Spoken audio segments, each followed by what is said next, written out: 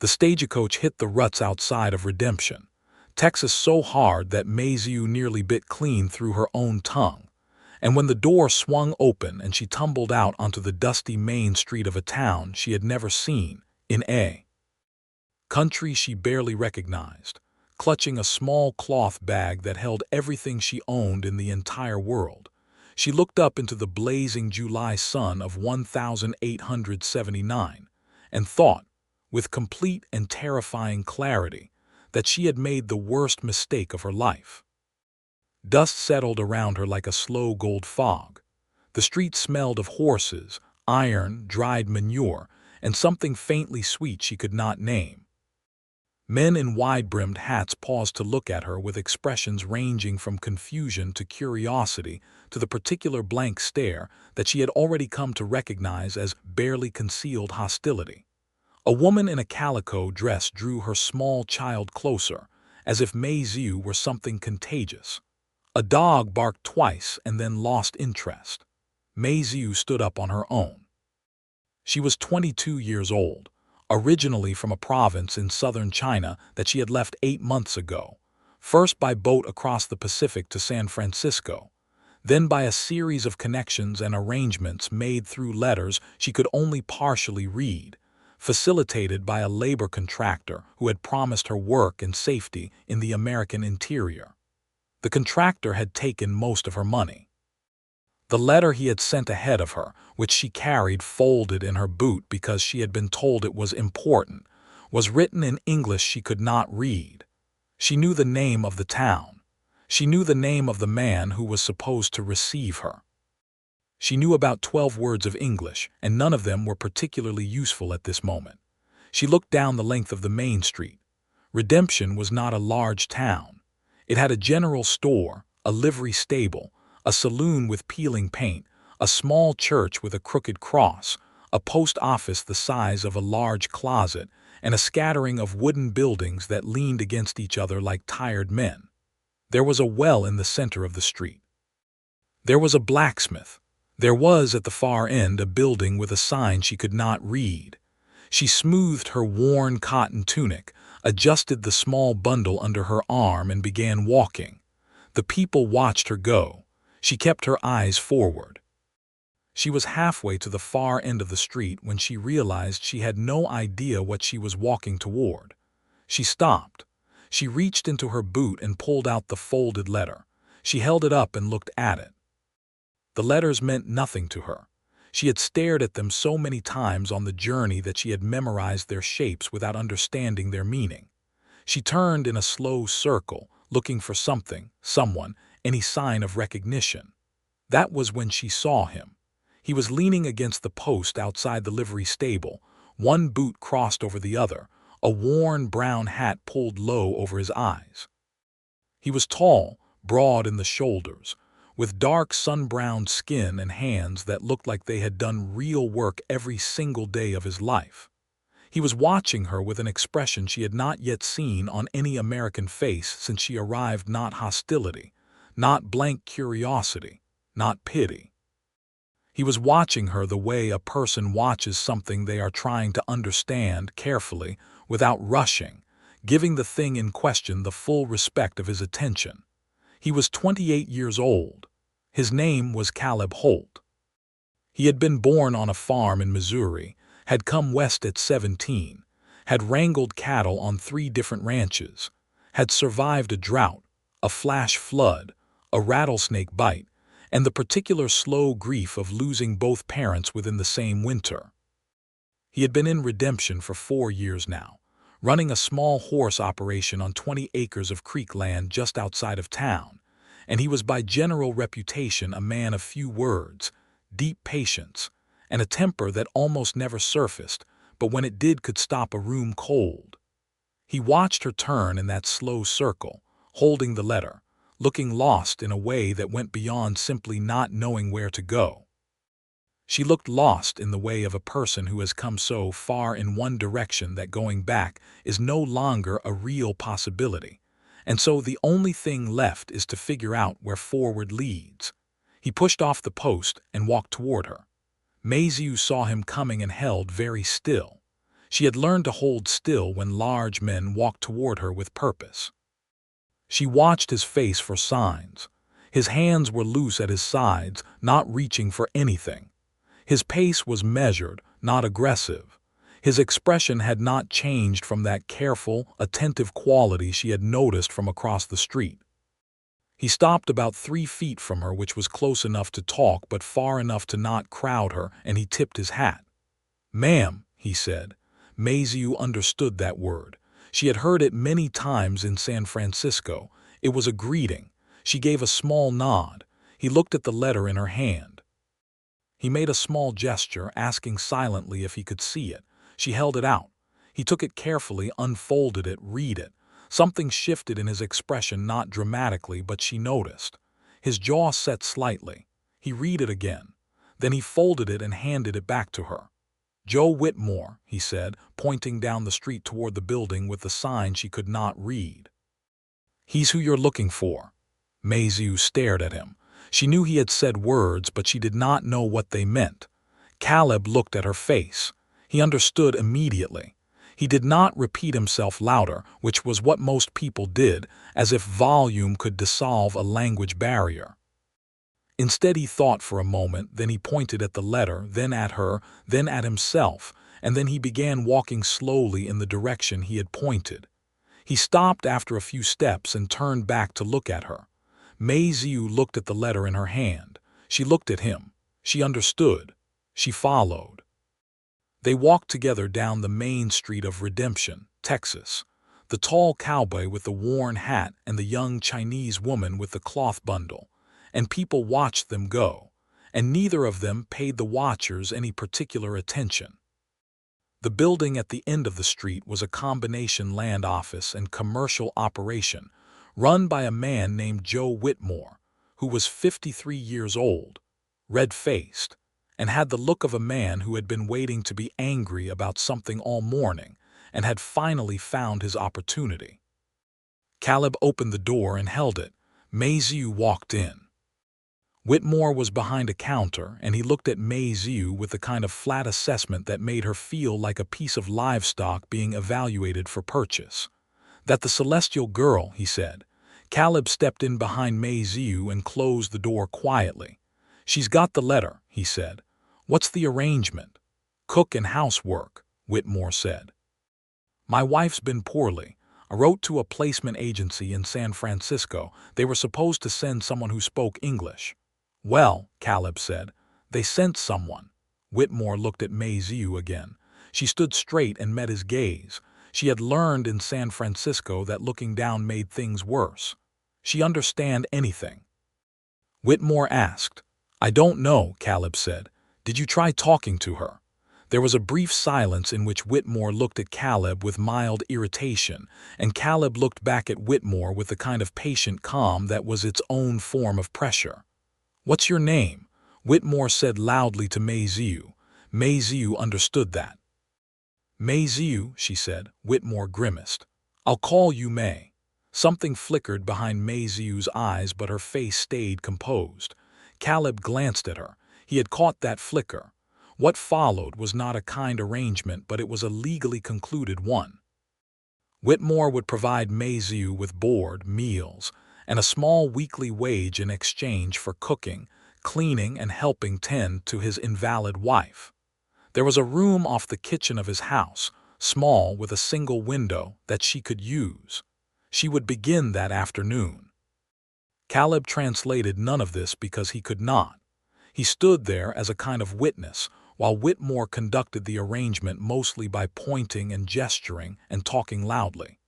Mazieu watched and nodded when the moment seemed to require nodding. She was good at reading the architecture of a situation, even when the specific language escaped her. When it was done, Whitmore disappeared into the back, and Caleb and Mazieu were left standing in the front room of the land office. Caleb turned to her. She was looking at the door with an expression he could not quite name, not fear, not despair, something more like the steady concentration of a person deciding whether to accept a difficult truth. He picked up her cloth bundle from where she had set it on the counter and held it out to her. She looked at it, then at him. He said quietly, "You don't need words here." She did not understand the words, but she understood that his tone was different from Whitmore's. It was not loud or transactional or dismissive. It was the kind of tone that treated her like a person who deserved the same gentleness as anyone else. She took the bundle from him. As she took it, their fingers did not quite touch, but they were close, and she felt the warmth of that proximity like something she had not expected. He reached into his vest pocket and produced a small stub of pencil and a folded scrap of paper. He drew a quick, rough sketch: a horse, a small building, a road. He pointed to the sketch, then to himself, then pointed out the window in the general direction of the edge of town. He was telling her where he worked, where he could be found. She looked at the sketch, then at him. He tipped his hat and walked out. Mayhew stood alone in Joe Whitmore's land office, holding her bundle in one hand and the scrap of paper in the other. In a town she did not know, in a country that had not particularly wanted her. And she thought about the way that man's voice had sounded when he spoke those last words to her. She did not know what they meant, but they had sounded like something true. The first week at the Whitmore house was an education in endurance. The house was large by redemption standards: 6 rooms, a proper kitchen with a wood stove, a parlor with heavy furniture, a back porch that looked out over a dry yard and a dying garden. Joe Whitmore's wife, Eleanor, was bedridden with a lung condition that the local doctor could do little about. Eleanor was 51, thin as paper, with eyes that were still sharp, and a manner that was considerably gentler than her husband's. Eleanor called Mayhew by her actual name, which Mayhew noticed. The work was hard. It began before sunrise and rarely ended before dark. Mayhew cooked, cleaned, did laundry, managed the household provisions, and sat with Eleanor in the afternoons when Eleanor's breathing was particularly labored, and the company seemed to help. She could not speak with Eleanor, but Eleanor had a habit of reading aloud from whatever book she had near to hand, and Mayhew would sit and listen to the sound of the English words rolling by and try to attach meaning to the shapes they made. She was quick. Within 2 weeks she had a working vocabulary of about 40 words. Within a month it was closer to 100. Joe Whitmore did not treat her badly in a way that left marks, but he treated her as a thing rather than a person, which leaves its own kind of marks. He issued instructions without greeting. He ate the food she cooked without comment. He paid her each Friday with coins counted out precisely and slid across the table without making eye contact. She had the small room off the kitchen. It had a cot, a hook for her clothes, and the window that faced east and caught the morning light. She had brought with her in the cloth bundle a small silk pouch containing a few items from home: a carved wooden comb, a folded piece of paper with a painting of mountains on it, a dried flower from a garden that no longer existed anywhere except in her memory. Each morning she arranged them on the windowsill and looked at them before she began her day. She did not see Caleb Holt again for 10 days. When she did, it was at the general store. She had been sent by Whitmore with a written list and a small amount of money, and she stood at the counter trying to make the man behind it understand what she needed, pointing to words on the list and watching him locate items on the shelves, when she heard the door open behind her and felt rather than saw the change in the quality of the room. She turned. Caleb was there. He had a package under one arm, fence wire, it looked like, and he stopped when he saw her. He looked at the list in her hand, at the uncertain expression on the face of the storekeeper, and at her. He came to the counter and read the list. Then he spoke to the storekeeper in a way that was efficient without being rude, identifying each item, watching the man gather them. When it was done, he helped carry the provisions to the door. Outside, in the afternoon heat, he set the items down and turned to look at her. She had been practicing. She pointed to herself and said carefully, "Thank you." His expression did something subtle and warm. "You're welcome," he said. She pointed at the general store, then at herself, then made a gesture that she hoped conveyed the idea of being lost. "You were doing fine," he said. She did not know what that meant, but the tone was encouraging. She pointed at herself again, then at the store, and made a face that she hoped communicated something like confusion. He understood. He pulled out that same stub of pencil from his vest pocket. She recognized it, and felt an odd small pleasure at that, and he wrote several words on the back of the list. He showed them to her and said each one slowly as he pointed to it. Flour, sugar, salt, coffee, thank you, how much? She repeated each one after him. Her pronunciation was approximate, but she worked at it with visible concentration. He did not rush her. He did not smile in a condescending way. He just listened and nodded when she had it right and repeated it once more when she did not quite get there. When they finished, she looked at the list of words she now had. She looked up at him. More, she said, one of the words she had learned from Alina. He looked at her for a moment. Then he sat down on the edge of the general store's porch step, stretched his long legs out in front of him, and proceeded to spend the next 30 minutes writing words and saying them and listening to her repeat them. There on the main street of Redemption, while horses plodded past and the afternoon light dropped from gold to amber, people watched. Neither of them paid the watchers any particular attention. That became a thing that happened. Not every day, not even every week, but regularly enough to have a shape to it. When Caleb came to town for supplies, for the post office, for business at the blacksmith, and when their paths happened to cross, they would find some few minutes to sit somewhere and work through words together. He brought a small notebook at some point, a proper one with a cloth cover, and began keeping a running list of the words she had learned, adding to it each time. She was a ferociously fast learner. She had that quality of attention that takes in everything simultaneously, not just the words themselves, but the contexts in which they appeared, the emotions they were paired with, the way a person's face shifted when they said certain things. Within 6 weeks, she could hold a simple conversation. Within 2 months, she was speaking English with an accent that was thick but entirely comprehensible, and occasionally turning to the notebook and studying it by the light of the east window in her small room, repeating phrases quietly to herself in the pre-dawn dark. Alina noticed.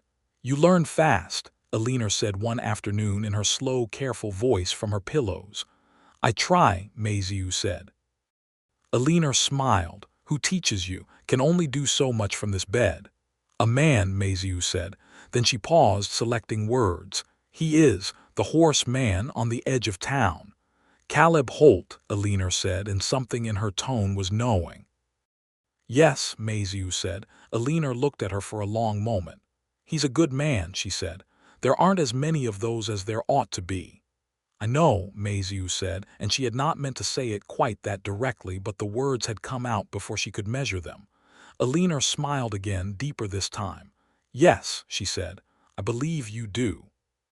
The trouble with Redemption, like trouble with most small towns in Texas in 1879, was that its smallness could be either a comfort or a pressure, depending entirely on who you were and how the town felt about what you were.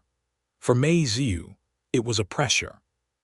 The Chinese Exclusion Act would not be formally passed until 1882, but the sentiment that would eventually produce that law was already fully formed in places like Redemption.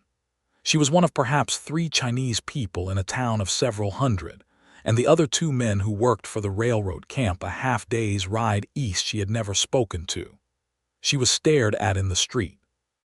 She was talked about in the saloon, where she was not permitted to go, which she knew because Alina had told her with the particular helpless sadness of a woman who disapproves of things she cannot change.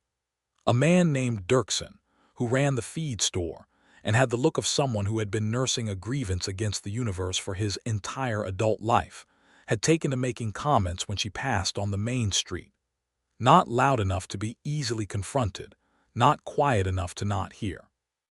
She did not have enough English yet to respond, and so she walked past him each time with her chin up and her face still, which she had learned in the same hard school that had taught her most of her other useful skills. Caleb knew about Dirksen. He did not know the extent of it until the morning he was coming out of the post office and saw the interaction with his own eyes.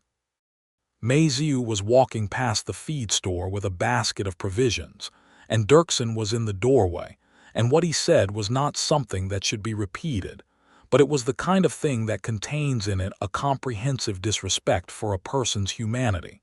Mazieu did not break her stride. Her face did not change. She walked on.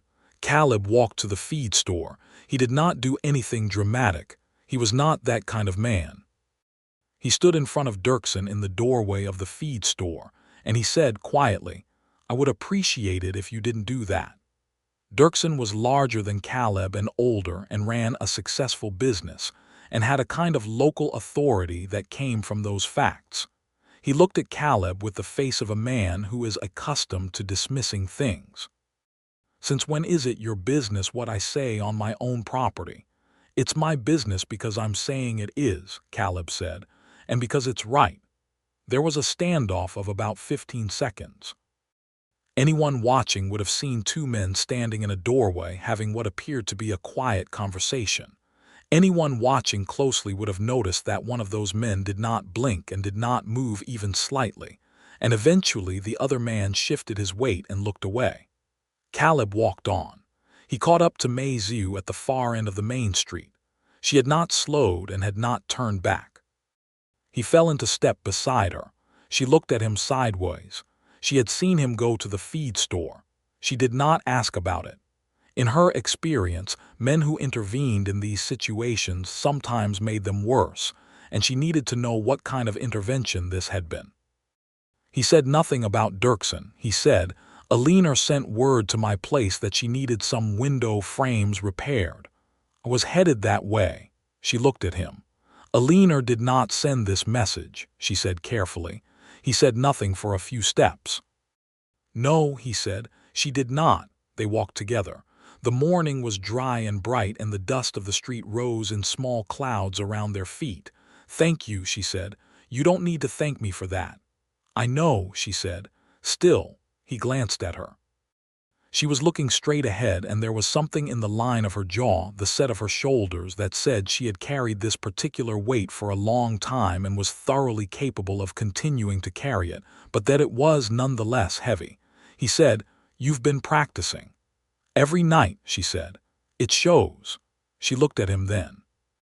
The sun was full on his face, and he was squinting against it, and the lines at the corners of his eyes were deep from years of outdoor work, and she thought that she had looked at this face enough times by now that she was beginning to know it. "The notebook helps," she said. "Good. Also Alina. She's a good teacher when she's got the strength for it. She talks to me like I'm a person," Mazieu said. "Not everyone does that." Caleb looked at her again, and this time he held the look. "Most people are fools," he said. She laughed. It was the first time he had heard her laugh. It was not what he had expected.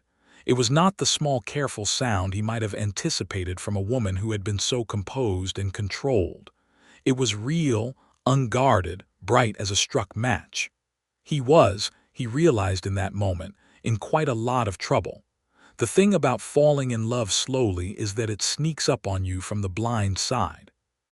Caleb Holt had been a private man since the death of his parents, not given to examining his own interior whether too closely, preferring to locate meaning in concrete things the way a horse responded to patience, the angle of water in a creek bed, the specific quality of silence that came before a thunderstorm. He did not typically find himself thinking about people when they were not in front of him. He found himself thinking about Mazieu, not in a way he could have described easily at first. He would be working in the corral, and he would think about the way she had said a particular word, leaning on the first syllable with a slight uncertainty that disappeared as her confidence grew. He would be eating his solitary supper in his small house, and he would think about her face in the light outside the general store, the way her expression had moved from careful blankness to something open when she laughed. He thought about her walking past Dirksen's feed store without breaking stride, and he felt something fierce and protective that had no clean name for it. He began finding more reasons to come to town. The horse operation he ran was modest but genuine. He had 12 horses at present, 2 breeding mares, a young stallion he had broken himself over 6 patient months, and several working stock horses that he boarded and trained for ranchers in the area. He also did some farrier work and some saddle repair. It was enough to keep him fed and housed, and to put a small amount aside each month. He was not a wealthy man, but he was a free one, which had always mattered more to him than the alternative. His closest friend in redemption was a man named Thomas Reeves, who ran the town's one small hotel and was about the most straightforwardly decent person Caleb had ever known. Thomas was 30 years old, had a wife named Clara and a daughter of 5 named Beth, and had what might charitably be called an active interest in other people's emotional lives. It was Thomas who said on an evening in late August over a glass of whiskey on the hotel porch, "You've been going into town nearly every day for 3 weeks." "I have business," Caleb said. "What business?" Caleb looked at the evening sky, which was doing something remarkable in shades of pink and copper. "Various. The Whitmore house is on Main Street," Thomas said. "I notice you walk past it a fair amount." Caleb said nothing. "She seems like a fine woman," Thomas said. "Clara thinks so. She spoke with her at the well last week and said she was sharp as a tack and had a very direct manner." "She does," Caleb said. "Clara also said she looked at you coming down the street the way a flower looks at the sun." Caleb turned his head to look at Thomas. Thomas looked back at him with an expression of complete innocence. "You made that up," Caleb said. "Absolutely did not," Thomas said. "Clara's exact words." Caleb looked back at the sky. The pink had deepened to orange. "It wouldn't be simple," he said. "Nothing worth having is. She's got her situation with Whitmore. She hasn't been here long. She doesn't know anyone." "She knows you," Thomas said. Caleb turned his glass in his hands. "She deserves better than someone like me making a complication of her life." "That," Thomas said, "is the most wrong-headed thing I have ever heard you say, and I have known you for 4 years and heard you say some fairly wrong-headed things." Caleb almost smiled. "She's also," Thomas added, "sitting on the Whitmore front porch right now, which you can see from here if you angle your head slightly to the left." Caleb angled his head slightly to the left. Mayhew was on the Whitmore front porch in the last of the evening light with a book in her lap. She was not reading.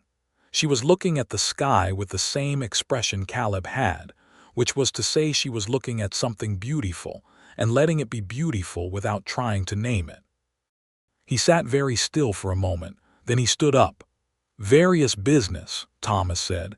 Caleb walked down the hotel steps. He crossed the street and came to the Whitmore front gate. She heard the gate and looked up. In the evening light she looked different from the morning light, softer, or perhaps it was simply that the hard working hours were done and she was, for this small window of time, just herself. He stopped at the gate. He said, "Good evening." "Good evening," she said. Her English was considerably better than it had been 6 weeks ago. She had the grammar of it now, the bones of sentences, though she still thought in Chinese first and arrived at English a beat later. He said, "What are you reading?" She looked at the book. "Eleanor gives me her books. This one I cannot understand all of it, but a try." "What is it?" She turned the cover. It was a novel, something by a writer he knew vaguely. "I read the parts I understand. The other parts I write down the words and I learn them." "Do you want help with some of those words?" She looked at him with that direct gaze she had. "You come here to help with words." He met her gaze. "Came here because I wanted to see you," he said, "and to ask if you would like to take a walk." There was a silence. In the street a horse and buggy rolled past. From the saloon 2 blocks down there was a sound of music, faint and tinny. "A walk," she said. "Along the creek road. It's nice in the evenings. Go sometimes." She looked at the house, calculating. "Should be inside before dark," she said. "We have time," he said. She set the book on the porch chair, stood, and came to the gate. They walked together down the creek road at the edge of town, where the flat Texas earth gave way to a corridor of cottonwood trees along a shallow winding creek, and the air was noticeably cooler and smelled of water and green living things. The light was nearly gone. Fireflies were beginning to appear among the cottonwood roots. She had never seen fireflies before. She stopped walking. She stared. "What are those?" she said. He looked where she was looking. He had seen fireflies so many times they had become invisible to him. He looked at them fresh through her eyes and saw what she saw: dozens of tiny cold lights blinking in the blue dusk, drifting through the tree roots like scattered sparks. "Lightning bugs," he said. She walked closer to them slowly, as if she was afraid to startle them. She reached out one hand, and one of them landed on her finger, lit briefly, and flew away. She turned to look at Caleb with an expression of pure, uncomplicated delight, and he thought that he had not seen a person's face hold that precise quality in a very long time, maybe ever. "They are real," she said, as if verifying something she had been uncertain about. "Very real," he said. She watched the fireflies for a long while. He stood a little behind her and watched her watch them, and the cottonwood leaves moved in the creek breeze, and the water made its small continuous sound over the stones. "At home," she said after a while, "there are also lights in the night, different. Lanterns for the festival of the moon. Everyone carries one. The whole river looks like it is also a sky." He moved to stand beside her. "Tell me about home," he said. She looked at him with slight surprise. "You want to know?" "Asked, didn't I?" she thought for a moment, selecting. "My village is very green," she said. "There are mountains. The air is different, not like here. Wet. And there are trees I do not have words for in English yet. My mother grew a garden." She paused. "Have not seen her in 8 months. Do you write to her?" "I write, but she cannot read. My brother reads the letters to her." A pause. "I do not always know what to say, that the work is hard, that sometimes I am afraid. These are not things that help her." He said, "You could tell her about the lightning bugs." She turned to look at him again, that direct, considering gaze. "Yes," she said slowly, "I could." They stood in the dusk under the cottonwood trees, and the fireflies moved around them like a slow, quiet celebration, and neither of them said anything for a while, and neither of them needed to. When the sky was fully dark, she said she should go back, and they walked back up the creek road together with the town lights showing ahead of them. At the Whitmore gate he stopped, and she stopped, and they stood facing each other. "Thank you," she said, "for the walk." "Tomorrow evening," he said, "I'll be at the creek road again." She considered this. "You go every evening?" "Starting tomorrow," he said. She looked at him for a long moment in the dark, and he could not entirely read her expression, but it was not unfavorable. "I will see," she said, which was, he felt, more honest than a simple yes or no would have been. She went inside. He walked home along the empty road with the stars coming out overhead, and he identified the particular kind of feeling in his chest as hope, which was something he had not felt in quite some time, and which he treated carefully, the way you treat something that could break. She was at the creek road the next evening, and the one after that, and the one after that. September came in hot and then shifted, about 2 weeks in, to something that was still warm in the days but had the first suggestion of edge in the night air. The creek road became their place. They walked it in the evenings, and sometimes they sat on the bank and talked, and each week her English expanded and deepened, and what they could say to each other grew in proportion. He told her about Missouri, about the farm, the smell of turned earth in spring, the particular silence of a winter morning after heavy snow, about his father, who had been quiet and steady, and his mother, who had been the opposite, all energy and opinions and laughter that filled up any room she was in. About coming west at 17 with $10 and the clothes on his back and a degree of youthful confidence that he now found faintly embarrassing in retrospect. She told him about her village, about her mother's garden and her brother's 3 children who she had not met yet, about the journey, the ship, which had been terrifying and crowded and had smelled of illness and fear, the weeks in San Francisco where she had worked in a laundry and saved money and tried to understand the rules of a place that changed them without notice, and the labor contractor who had taken most of what she had saved and sent her east with the letter that brought her here. "Do you regret it?" he asked. "Coming here?" She was quiet for a moment. They were sitting on the bank of the creek and the September stars were brilliant overhead, and a great horned owl was calling from somewhere in the cottonwoods, and the world felt very large and very still. "Some days, yes," she said. "Some days less." He looked at her profile in the starlight. "Today," he said. She turned to look at him and the starlight was caught in her eyes and she said, "Today, no." He took her hand. It was a deliberate thing, unhurried, his hand covering hers where it rested on the creek bank. She did not pull away.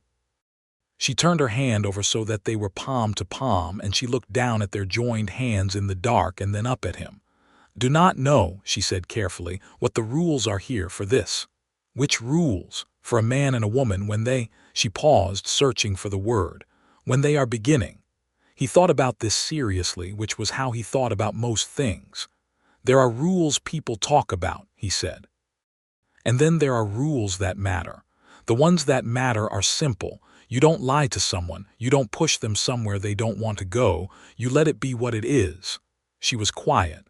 "What do you want it to be?" he asked. She looked at their hands again. "I think," she said slowly, "that I want to keep walking on the creek road." "That seems like a good start," he said. She smiled. It was the smile he had begun to look for specifically, the one that started in her eyes before it reached her mouth. "Yes," she said. "It is." They sat on the creek bank with their hands together for a long while, and the owl called and the stars turned slowly overhead, and neither of them was in a hurry. October arrived with the first cool winds from the north, and with it arrived a complication.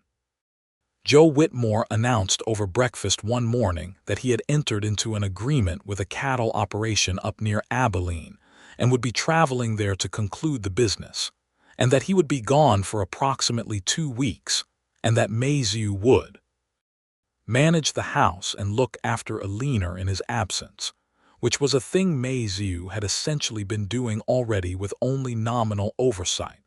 But the removal of even nominal oversight changed the atmosphere of the house in ways that were difficult to name exactly.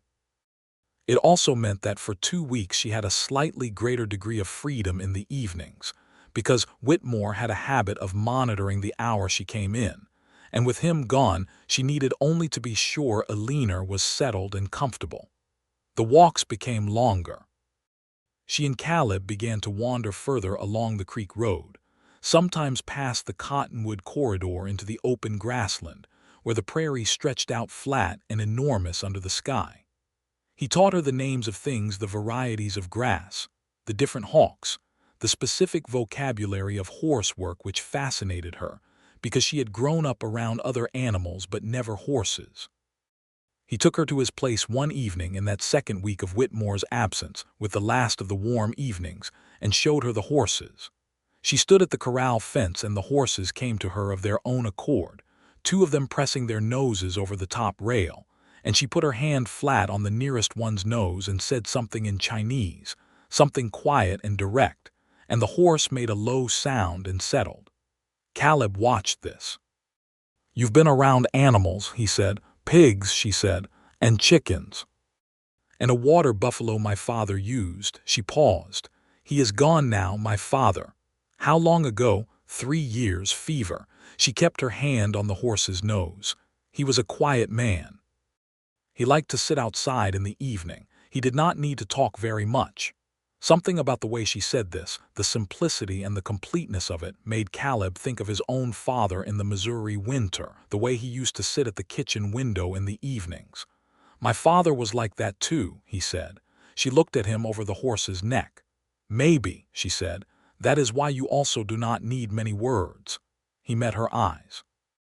In the low autumn light, with the horses warm and quiet around them, and the open sky of Texas going to its evening colors, and the sense of something settled and right in the immediate world, he felt something shift in his chest with a quiet finality, like a key turning in a lock.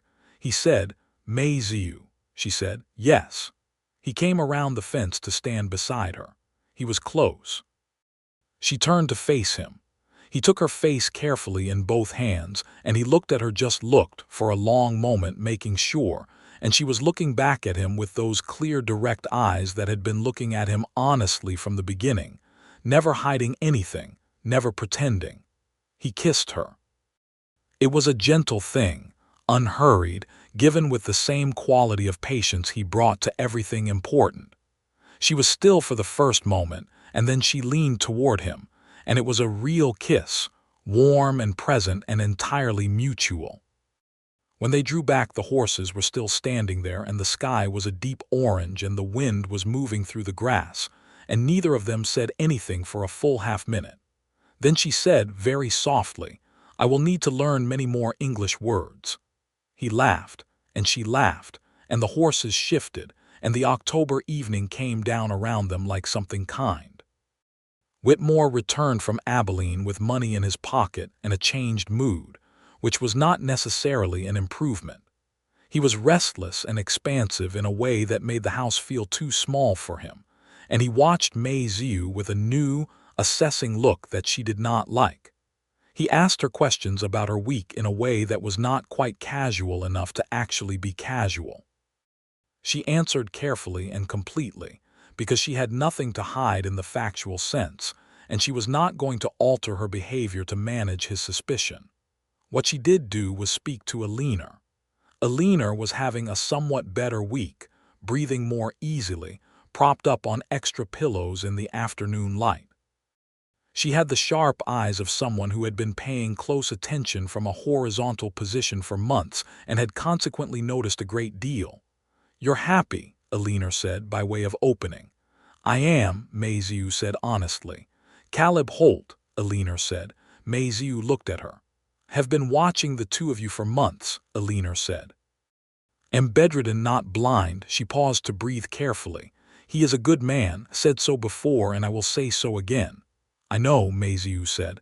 "My husband," Alina said carefully, "will not see it that way. I know this also." Alina was quiet for a moment. "This town is not always kind to you," she said. It was not a question.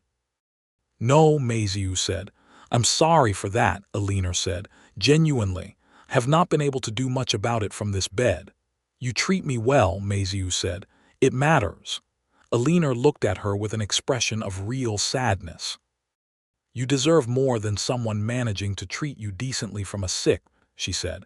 "You deserve to be somewhere that treats you properly." Mei Ziu thought about the creek road in the evenings. She thought about a man's hands holding her face like something precious. "I'm working on that," she said. Caleb was working on it too, though he had not yet said so in those terms. He had been thinking, with the practical side of his mind that was always quietly active beneath whatever else was happening, about the immediate future and its possibilities and constraints. He spoke to Thomas Reeves about it one afternoon in the hotel parlor, while Clara Reeves brought them coffee, and young Beth played with a set of carved wooden animals on the floor and pretended not to listen. "Whitmore's arrangement with her," Caleb said. "What do you know about it?" "It's a work contract," Thomas said. "Labor placement, 1 year with a renewal option. She's been here about 5 months. So 7 more months minimum. If she stays," Thomas looked at him. "And if she wants to leave the arrangement early, she would owe back the placement fee and the cost of her transit, which is presumably what ate her savings to begin with." Caleb looked at his coffee. "How much do you think?" "Couldn't say. Maybe you could ask her. I don't want her to think I'm trying to buy her out of one situation into another." Thomas regarded him with affectionate exasperation. "Caleb, does she seem like someone who doesn't know the difference between those two things?" He thought about Mei Ziu's clear, direct eyes.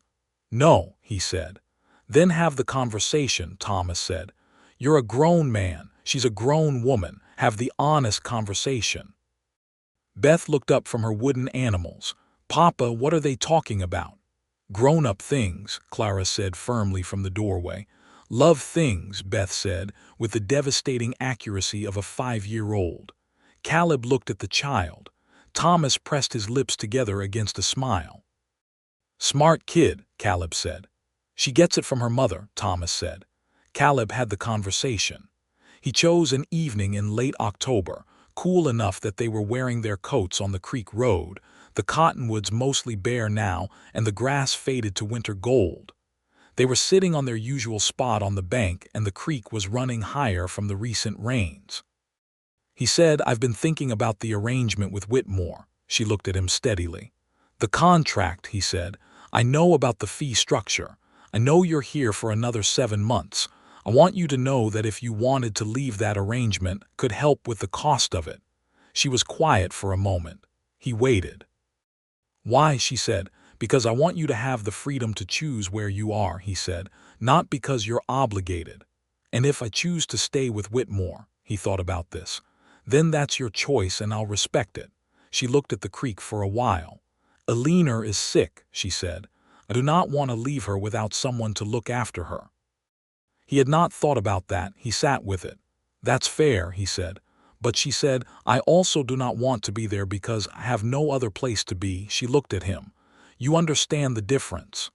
"I do," he said. "Tell me," she said carefully, "what you are imagining for the future. I want to hear you say it, not guess it."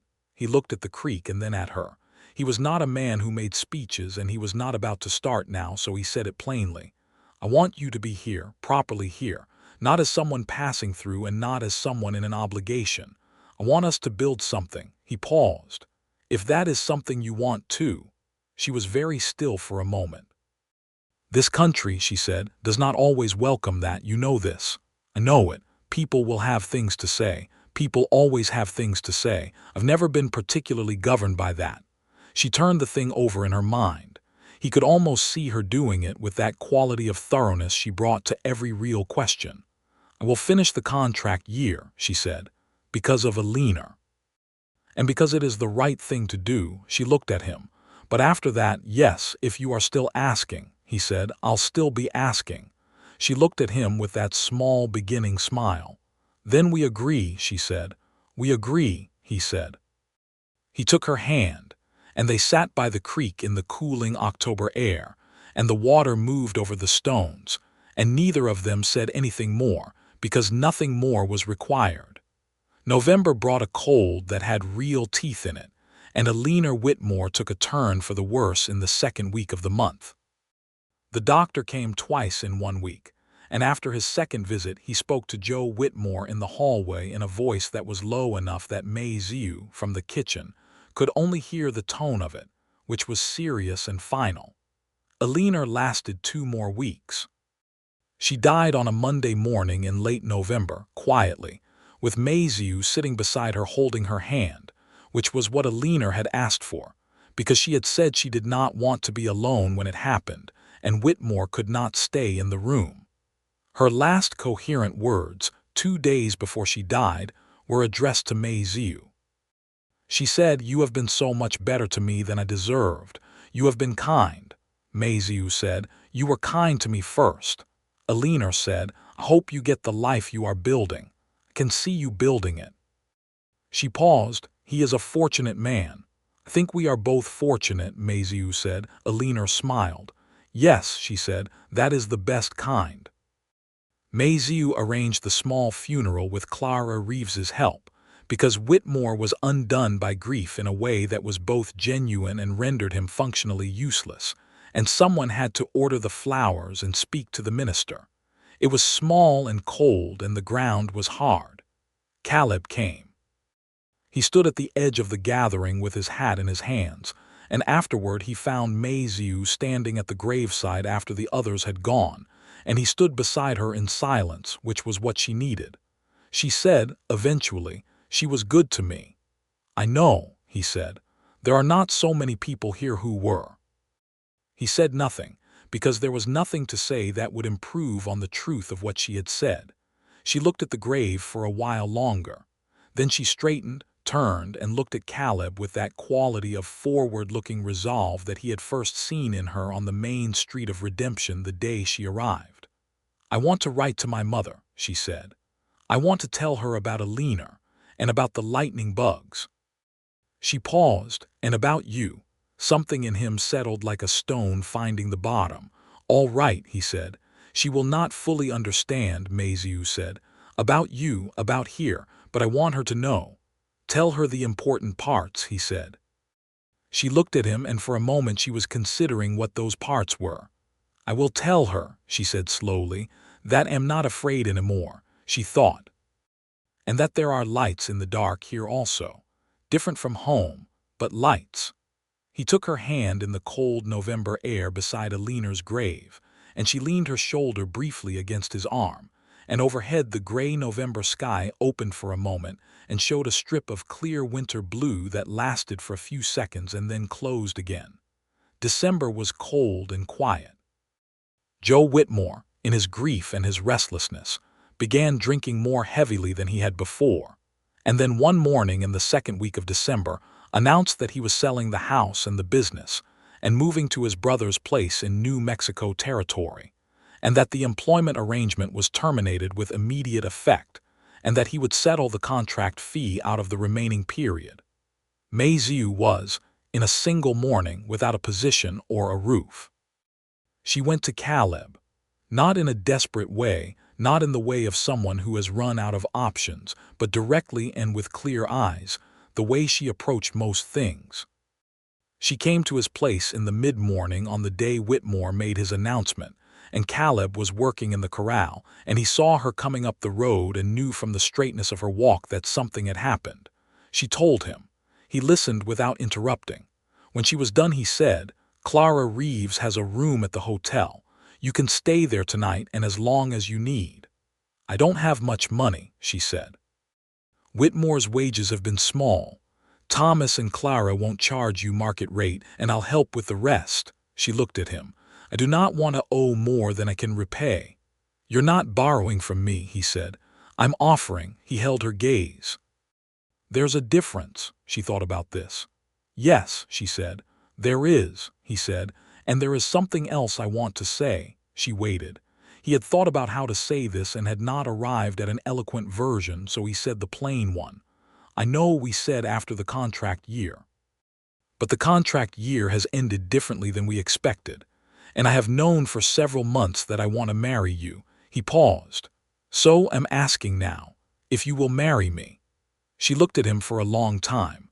Around them the winter light was clear and cold, and the horses were making their quiet sounds in the corral, and the grass was pale gold and still.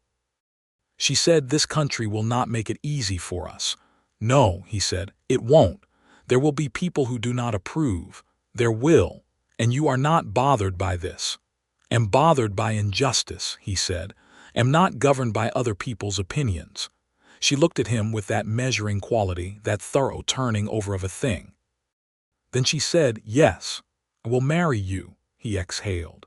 It was not a dramatic breath, just the release of something held, and she saw it and understood what it meant, and she smiled, the real one, the eyes first, the whole face following. He stepped over to her and took her face in his hands the same way he had by the corral in October, carefully, like something valuable.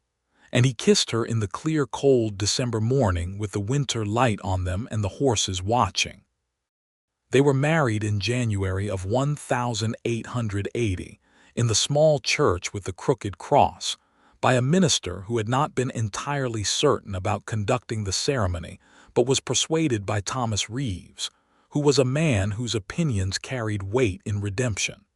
The ceremony was small. Thomas and Clara attended. Clara cried. Beth wore her Sunday dress and stood very straight and important as the self-appointed flower girl. A rancher named Collins, who had his horses boarded at Caleb's place and was a square-shouldered man with deep opinions about honor, came and sat in the back. Dirksen from the feed store sent a note that said something unpleasant. Caleb put it in the stove without showing it to Mazieu, who suspected what it was and said nothing. Mazieu wore a dress that Clara had helped her make blue cotton, which was not the red she might have chosen if she were marrying at home, but which was the best fabric available and which Clara had trimmed with white, and which fit her precisely and looked, Clara said with emotion, absolutely beautiful. She wore her carved wooden comb in her hair. She stood at the altar beside Caleb, who was in his good shirt with his hair combed, and she looked at his face and thought about the main street of Redemption on a hot July morning, and a tall man in a worn hat who walked toward her without hurry and without agenda, just to see if she needed help. The minister said words. Caleb said his with the same quiet directness he said everything. When it was Mayziu's turn, she said hers in English that was, by now, clear and strong and entirely her own.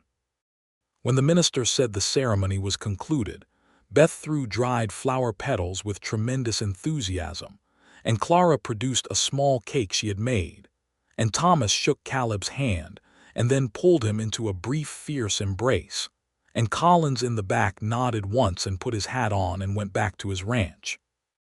They walked out of the church into the January afternoon, husband and wife, into the cold, bright air of Redemption, Texas. Caleb had spent the last few months enlarging the house on the creek land. He had added a proper bedroom, extended the kitchen, and built a real porch that faced east and caught the morning light, which he had done specifically because he had seen the way she arranged her things on the east windowsill every morning, and understood that the morning light was something she needed. The house was small but solid, with a good stove, 2 windows that let in the afternoon sun, and a creek out back that made its continuous gentle sound through all seasons. Mayziu moved her cloth bundle into the new bedroom. She arranged the carved comb, the folded painting of mountains, and the dried flower on the windowsill. She stood at the window and looked out at the east sky. "This is good," she said. Caleb stood in the bedroom doorway. "I'm glad." She turned to look at him, her husband, this quiet, tall man in his worn hat who had walked toward her on the main street without hurry and with everything decent about him already fully formed. "Tell me," she said, "something you have not told me yet." He considered this seriously. "Can't cook anything except beans and cornbread," he said. She laughed. "This is acceptable." "Can cook. I know you can. What else?" he thought. "I sleep very lightly. Any sound wakes me. It can be annoying." "Also acceptable." "Your turn," he said, she thought. "I sing sometimes when I work, not very well, old songs from home." "Forget and do it." "I've heard you," he said. "I like it." She looked at him with slight surprise. "You have heard me." "Through the kitchen window sometimes when I was working in the corral," she considered this. "And you like it?" "Very much." She smiled at that privately, looking at the windowsill. Then she looked back at him. "Think we will be very good," she said. "Think so too," he said. Spring came slowly to Redemption that year, first as a smell in the March air, damp earth and new grass, and then as green coming up through the pale winter ground along the creek, and then as the genuine full warmth of April. Mayziu planted a garden on the south side of the house, in the same way her mother had always planted a garden, with a plan and a patience, working the rocky Texas soil with a determination that the rocky Texas soil eventually conceded to. She planted what would grow here: corn, beans, squash, a row of tomatoes, some herbs she had obtained from Clara Reeves, who maintained a fairly comprehensive kitchen garden. She also planted, in a small corner, 2 things she had found seeds for in San Francisco: a flowering plant from home that might or might not survive the Texas summer, and a variety of melon that her mother used to grow. The horse operation grew. Word had gotten around, and this was partly Collins the rancher, who talked to other ranchers, that Caleb Holt had a gift with difficult horses. The patient, specific way he approached a problem was something that could not be taught or rushed, and the results were consistent. By spring he had 15 horses, new boarding clients from as far as 30 miles, and an agreement with a ranch outside of town to provide trained stock horses at a regular rate. Mayziu involved herself in the operation. She had a way with the animals that complemented Caleb's, where he worked by steady patience over time. She had an intuitive quickness, a reading of an individual animal's mood that she could not explain but which was unfailingly accurate. She began handling the morning feeding and assessment, identifying which horses were off and in what way. She began keeping the operations accounts, which she turned out to have a talent for. her systematic and precise mind cutting through figures with an efficiency that saved them real money. Thomas Reeves, upon seeing the account she kept, told Caleb he should be paying her a proper wage. Caleb said she owned half the business by virtue of being his wife, and that was rather more than a wage. Mei Ziu, overhearing this from the next room, felt something warm and settled in her chest. She wrote to her mother. The letters took months to arrive and months to return, but they were regular now, and each one was denser than the last, full of specific things: the names of the horses, the color of the Texas sky in summer, the way the creek looked in the morning, the way Caleb sounded when he was happy, which was a particular quality of silence that had warmth in it. Her brother wrote back on her mother's behalf. He said their mother kept the letters in a wooden box and had a neighbor with some English read them aloud to her once a month. He said their mother was proud. He said she wished she could see the lightning bugs. In the summer of 1880, when the garden was in full flower and the horse operation was genuinely prospering, and the evenings were long and sweet with the smell of creek water and warm grass, Mei Ziu told Caleb she was pregnant. She told him in the morning before dawn, when they were both briefly awake in the way of people who sleep lightly. The room was dark except for the beginning of the east light at the window, the thin gray line that would become pink and then gold. She said it in English, which was now her language too, as full and present in her as Chinese, existing alongside it without displacing it. He was very still for a moment. Then he reached for her hand under the covers. "Are you well?" he said. "Yes," she said. "How long?" "About 2 months, I think." He was quiet for another moment. She could feel him thinking in his particular way, not racing, not skipping, just working steadily through it. He said, "We should speak to the doctor." "Yes, and we'll need to think about the room." "Yes." And then he said quietly, "I am very glad." She turned to look at him in the gray light. "Are you?" He looked at her with those steady dark eyes. "I am," he said, "more than I know how to say." She brought his hand up and held it against her face the way he had held her face the first time he kissed her, and she said, "You do not need words here." He recognized his own words coming back to him on that first day on the main street, and something in his face moved in a way she had never quite seen before. Not sadness, not exactly, but the feeling that moves through you when something long hoped for has finally, quietly, become real. He kissed her forehead and she leaned into him, and the east light grew at the window, and the creek outside made its constant sound. The winter of 1880 brought a boy. He arrived in a December snowstorm, which was rare in that part of Texas, and which the town noted as remarkable. Dr. Arnold attended, and Clara Reeves was there, and the labor was long but straightforward. And when it was over and the baby was in her arms and Caleb was sitting on the edge of the bed with the careful, focused quality of a man, ensuring himself that everything was real and accounted for, Mei Ziu looked at the small face of her son and thought about mountains she had grown up under, and a creek she now lived beside, and the improbable geography of a life.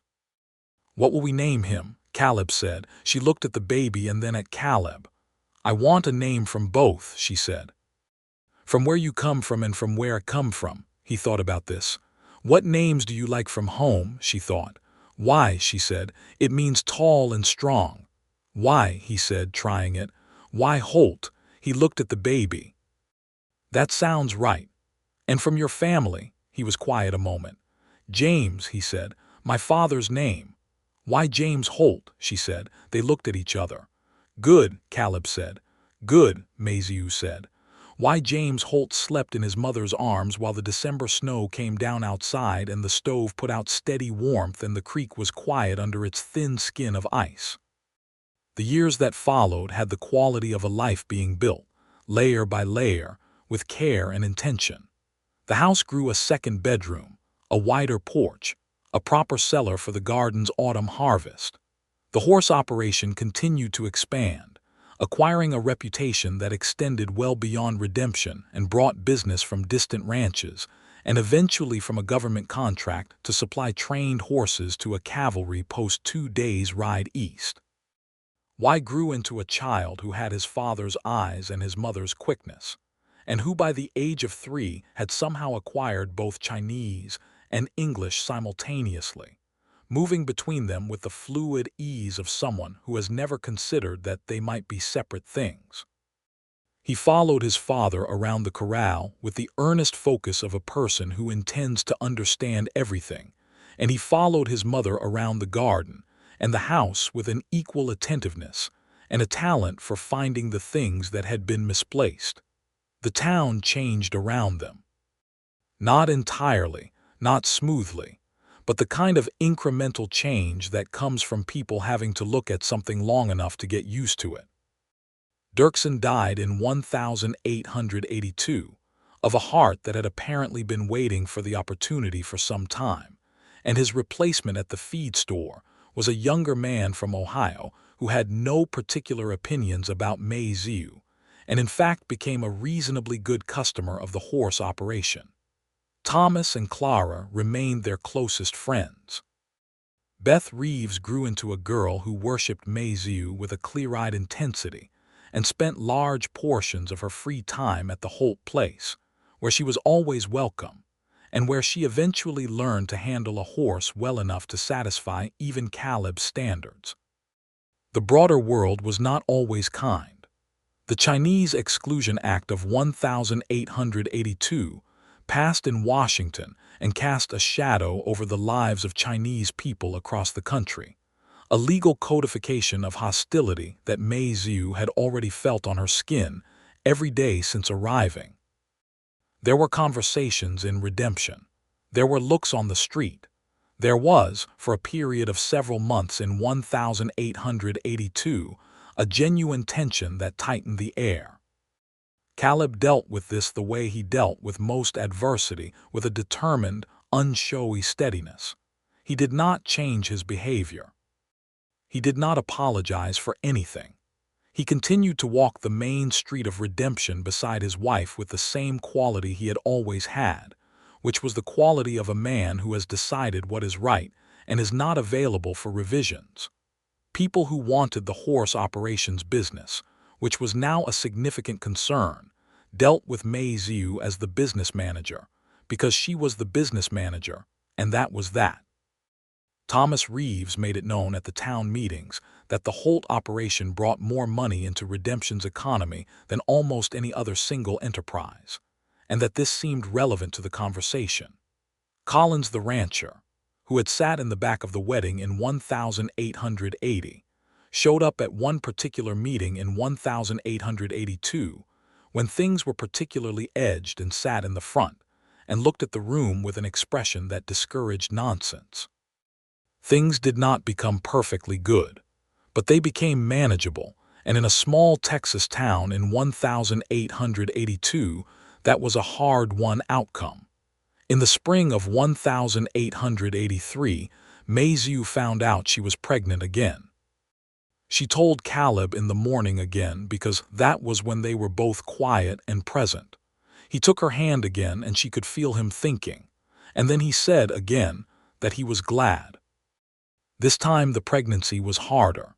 She was tired in a way that the first time had not produced, and the summer heat was fierce, and there were 3 weeks in August when she could not keep food down reliably, and Caleb did the cooking, which produced results that were edible if basic, and which he served without commentary and she ate without commentary, and they both understood that this was an act of love. In November, a girl arrived.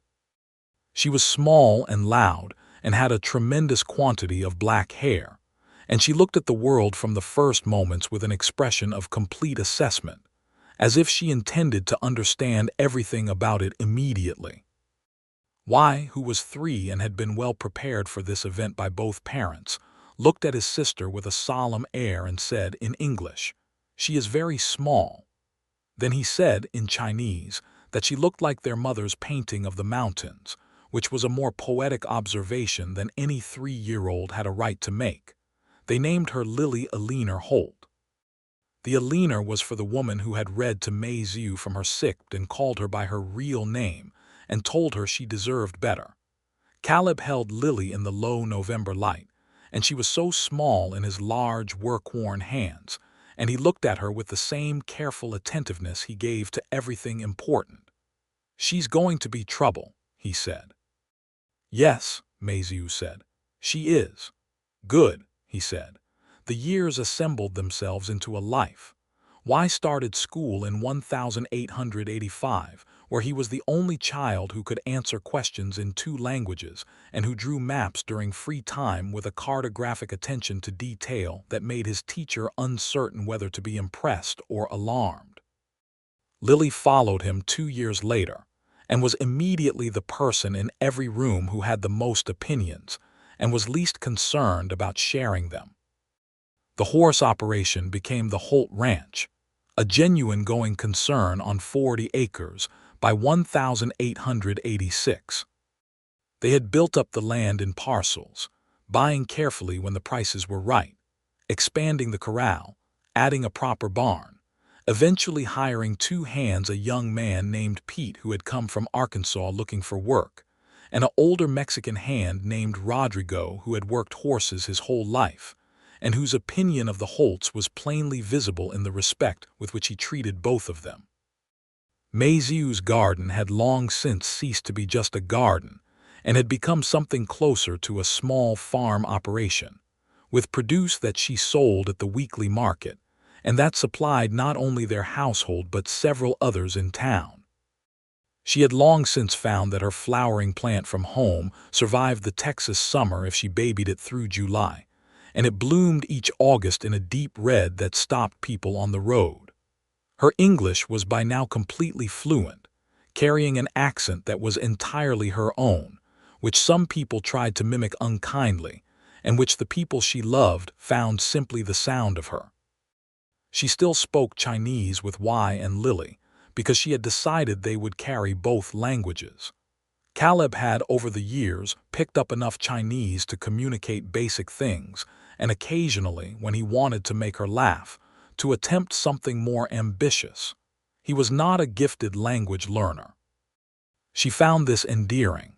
He learned to cook 3 things properly over the years: a beef stew that was genuinely good, cornbread that was excellent, and a particular rice preparation that she had taught him with considerable patience, and which he executed with the same methodical quality he brought to horse training. It was better than adequate. She never stopped singing when she worked. He never stopped being a man who woke at the smallest sound. Both of these things remained true for the entirety of their life together, and both were, in their own way, just the texture of the particular life they had made. In the autumn of 1888, a letter came from China that was different from the others. Maiziu's brother wrote that their mother had died in August peacefully of age, having outlasted the village expectations.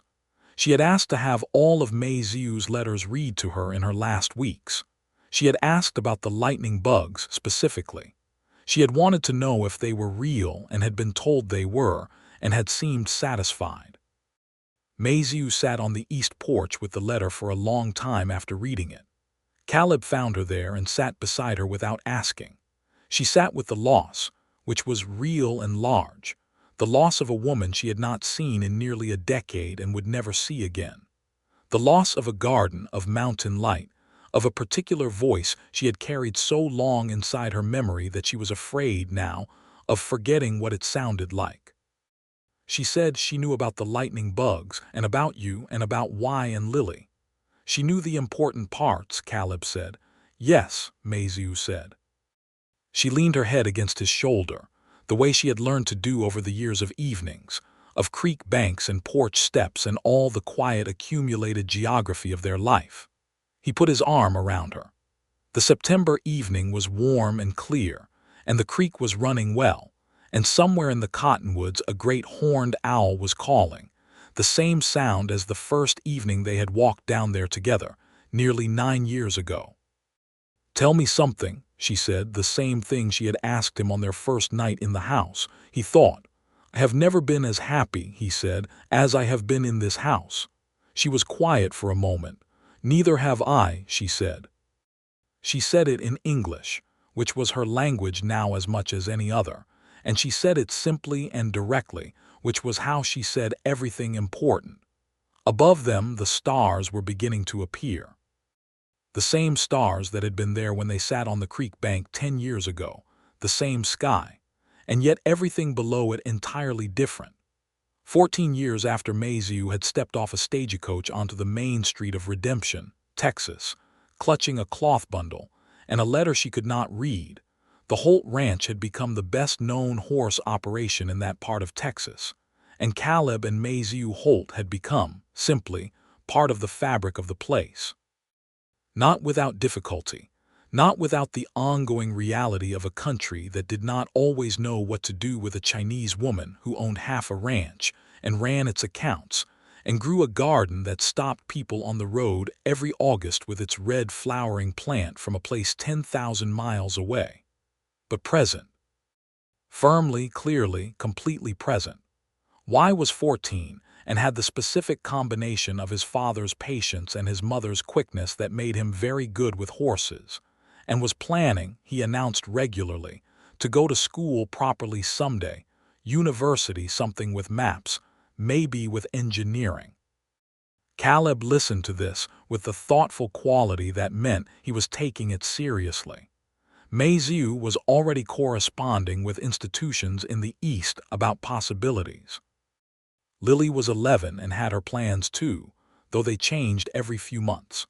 Currently, she intended to be either a doctor or a botanist, having discovered her mother's botany books and developed an intense interest in growing things. She maintained a section of the garden entirely herself and kept meticulous notes in a small journal that she wrote in both English and Chinese, because she had decided, with characteristic authority, that one language was not enough for scientific observation. The fourth Thursday of October 1893 was warm for the month, with a south wind that kept the afternoon comfortable, and Mazieu was working in the garden when Caleb came out of the barn and leaned on the fence rail and watched her. She did not look up. She was working a row of autumn greens, her hands in the soil, her hair coming loose from its braid. She was 36 years old and had the kind of beauty that had deepened over the years rather than merely persisting the laugh lines at the corners of her eyes, the particular quality of her attention when she was in the garden, which was the same quality he had first noticed on the main street of Redemption. Thorough, present, giving the thing at hand its full respect. "What?" she said, without looking up. She had learned years ago to feel his watching. "Nothing," he said. She sat back on her heels and looked at him over the fence rail. He was 42 now, broader across the chest than he had been, his hair showing gray at the temples, the lines in his face deeper and more settled. He was wearing the same style of worn hat, though it was at least the third one since the first. "Nothing," she repeated in the tone that meant she did not believe him. "I was thinking," he said. "About what?"